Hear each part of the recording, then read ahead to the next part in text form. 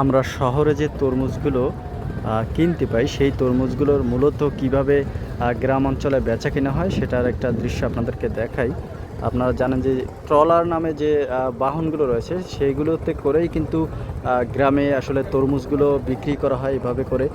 যেমন এখানে যদি আপনাদেরকে একটু দেখাই, এরা কিন্তু এক পক্ষ অর্থাৎ ক্রেতা কিন্তু তরমুজ কিনেছে এবং বিক্রেতা বিক্রয় করেছে, সেগুলো কিন্তু এরকম ট্রলারে করে আবার তুলে দিচ্ছে ক্রেতাকে।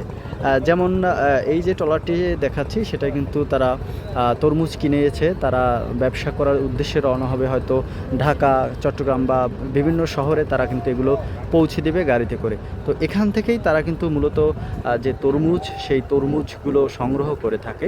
অর্থাৎ এই যারা বিক্রেতা আছেন তারা কিন্তু দেশের বিভিন্ন প্রান্ত থেকে তরমুজগুলো সংগ্রহ করে তারা এই নদীপথে নিয়ে আসে এবং ট্রলারে করে এরকম তরমুজগুলো বিক্রি করে। আবার ক্রেতাগণ এখান থেকেই তারা শহরের বিভিন্ন প্রান্তে পৌঁছে দেয়।